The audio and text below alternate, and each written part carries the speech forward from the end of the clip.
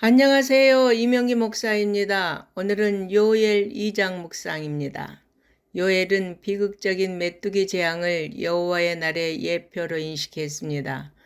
메뚜기 재앙은 이스라엘이 당한 현실적인 재난이었지만 요엘은 이를 심판의 날에 대한 하나님의 경고로 생각했고 돌이킬 수 없는 파국을 맞이하기 전에 돌아오라는 하나님의 호소로 여겼습니다. 하나님은 시온에서 뿔 나팔을 불며 임박한 그날을 경고하라고 명하십니다. 온 땅을 휩쓰는 메뚜기 재앙은 가히 종말적이라 할 수 있었습니다. 본문의 말씀은 전부 다 심판의 말씀입니다. 얼마나 상세하고 구체적인지 모릅니다. 하나님이 무슨 이유로 심판을 경고하시겠습니까? 자기 백성이 죄에서 돌이켜 심판을 피하길 바라시기 때문입니다. 하나님 앞에서 잘못과 죄를 수도 없이 지으며 살고 있는 우리를 바른 길로 인도하시려고 하나님은 끊임없이 교훈하시며 우리 인생에게 개입하십니다. 우리는 말씀과 시대의 징조를 통해 하나님의 음성을 들을 수 있어야 합니다. 혼돈의 시대를 살아가는 우리 모두가 죄에서 멀어지고 하나님께 가까워지기를 간절히 바랍니다.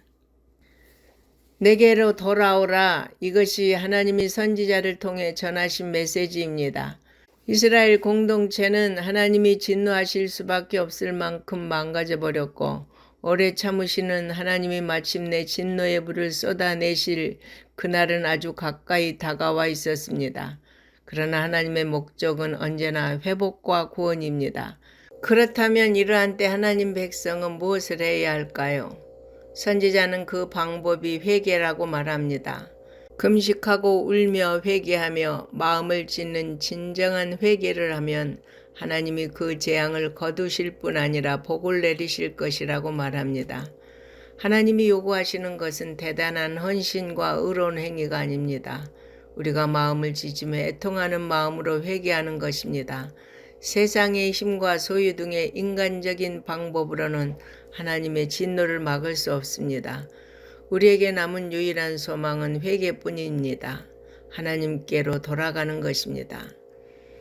여호와의 날에 일어날 무서운 재앙을 선포하던 선지자가 이제 하나님이 이루실 구원을 선포합니다. 선지자는 언제나 심판과 구원을 함께 전하지만 궁극적인 목표는 구원에 있습니다. 하나님이 인간을 구원하기를 기뻐하시기 때문입니다.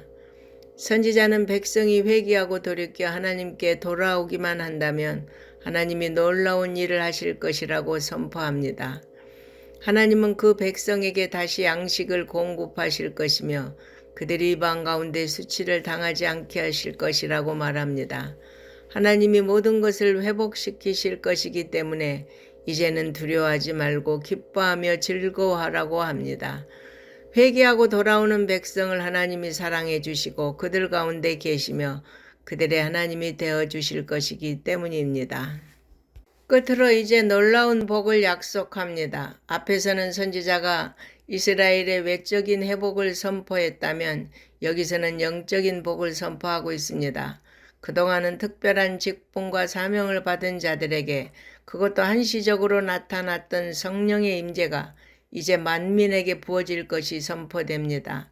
하나님의 영을 특별한 사람에게만 주시는 것이 아니라 만민에게 부어주셔서 고통받는 사람들을 위로하시고 수치를 벗겨주시고 내적으로 힘있는 사람이 되게 하신다는 것입니다.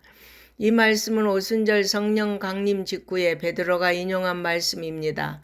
성령이 초대교회 사도와 성도들에게 임했을 때 그들을 통해 수많은 사람이 주 앞으로 돌아왔습니다. 오순절 성령 강림이 이 예언의 성취임을 드러냅니다. 이러한 성령의 바람이 우리에게 불어오기를 바랍니다. 그날에 구원받을 수 있는 유일한 방법은 여호와의 이름을 부르는 것입니다. 하나님의 이름을 부르며 하나님을 의지하는 것, 그 외에 다른 구원의 길은 없습니다. 여러분, 우리는 하나님의 은혜로 하나님의 영을 받은 주님의 백성이 되었습니다. 이 얼마나 놀라운 은혜와 축복입니까? 우리에게 이 놀라운 일을 행하신 하나님의 이름을 영원토록 찬양할 수 있기를 바랍니다. 아멘.